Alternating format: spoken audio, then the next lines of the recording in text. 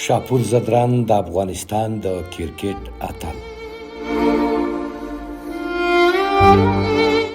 شاپور زدران د 1980 کال د جولای په 8 کې وزګید. د جګړو له امله یې د ماشومتوب یوه برخه د پاکستان په پیښور کې تېره کړه او هماغلته یې د کرکټ لوبه پیل کړه. وروسته د افغانستان د کرکټ لومړنیو ستورو څخه شو او د هېواد د نړیوال کرکټ په پرمختګ کې مهم رول ولوباوه. شاپور چپلاسی تیز منځنی بالر او چپلاسی توپ وهونکی و. د خپل قد، چټک بال او جذباتي لوبې له امله د افغانستان د ملي لوبډلې یو پیژندل شوی لوبغاړی ګڼل کېده. هغه له 2009 څخه تر 2020 پورې د افغانستان لپاره نړیوال کرکټ وکړ.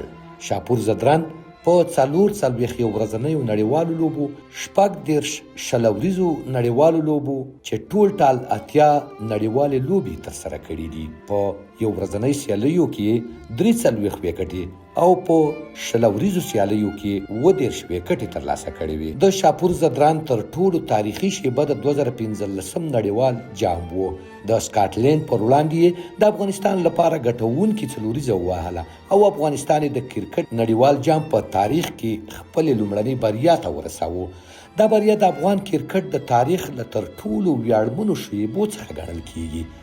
شاپور زدران د خپل مسلک پر مهال د نړۍ د سترو لوبډلو پر وړاندې هم ځلیدلی و. د هند، انګلستان، ویسټ انډیز، ایرلینډ او نورو پیاوړو لوبډلو مهم لوبغاړي یې سوځولي وو. هغه د افغانستان د کرکټ د بنسټ ایښودونکو لوبغاړو له ډلې څخه شمیرل کیږي. له نړیوال کرکټ څخه تر تقاعد وروسته یې د کورني کرکټ او ځوانو لوبغاړو ملاتړ ته دوام ورکړ. شاپور زدران له تیرو نږدې 6 میاشتو راهیسې د هند پلازمینې ډیلي تر درملنې لاندې و. شاپور زدران له یوې داسې ناروغۍ کړېده چې د انسان د بدن مقاومت ورسره له منځه ځي.